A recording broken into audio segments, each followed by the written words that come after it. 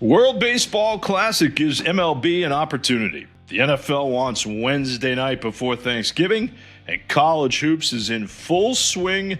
We have a lot going on, a potpourri of topics. It's Marchand and Meterparel presented by WSC Sports. Andrew, who you got in your brackets?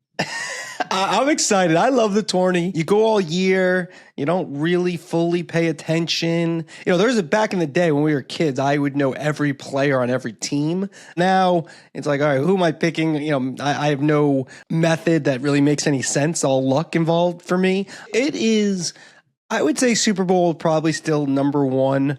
But I'd say this probably March Madness number two, especially because it's not something I'm following all year, like you know, soccer or baseball or obviously the NFL. It kind of just comes in March and it's just like a great 3 weeks. No, it certainly is. There's nothing like it. And there was a time when you knock on my door and ask me if you thought the 12 would beat the 5 or the 13 would beat the 4. Always take the 12. Always take the 12. I told you that back in 91 or 92 at Ithaca. And you were like, I don't know about this. I don't know about this.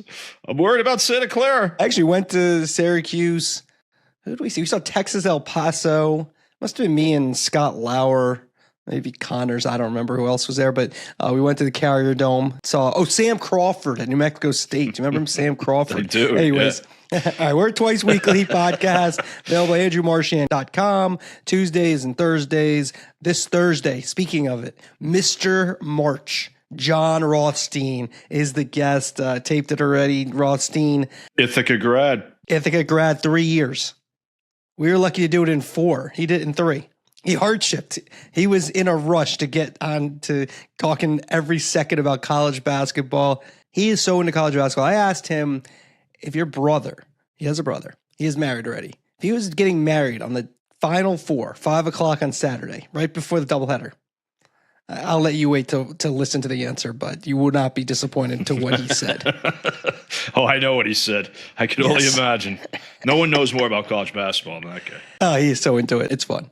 He also did part of my take. So as I said on Twitter, that will be the second biggest podcast he does this week. Yeah, so there you go.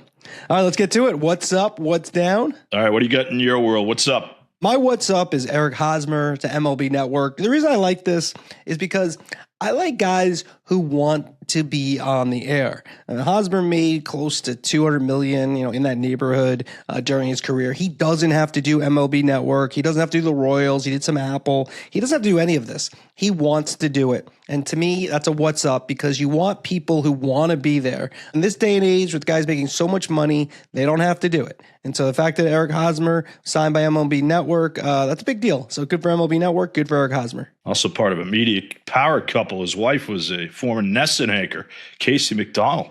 Little known fact. Look at you. That's why we have you. Bring the knowledge.